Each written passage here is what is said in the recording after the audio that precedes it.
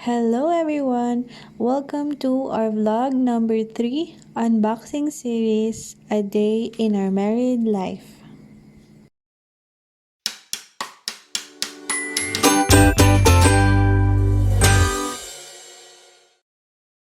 For today's video, magkakabit tayo ng floor decking tiles. So, we're on a tight budget, kaya ito na lang floor decking tiles ang ikakabit namin kasi DIY lang siya and we don't have to hire a laborer para lang magkabit pa ng tiles.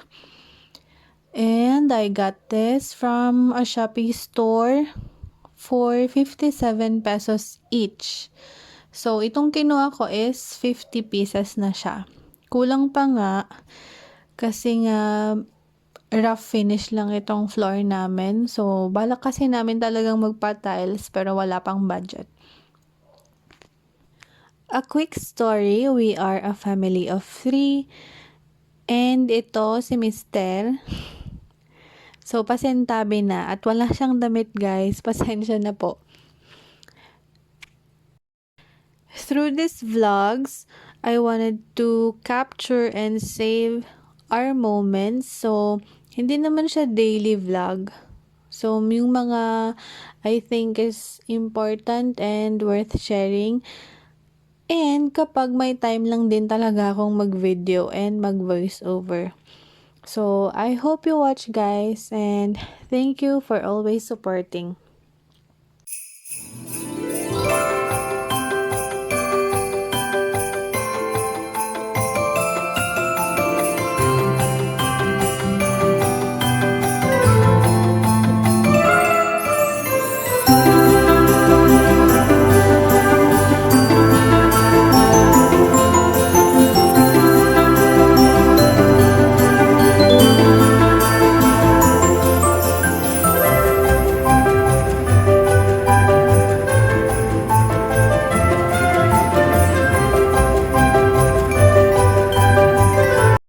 After laying out the tiles, inilabas namin itong isang sofa. So, we set it up here para magsilbi na din na upuan kapag may bisita.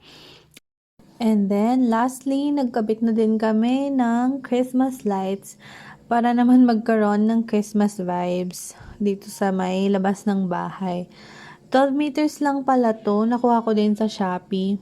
And solar. Solar siya. So,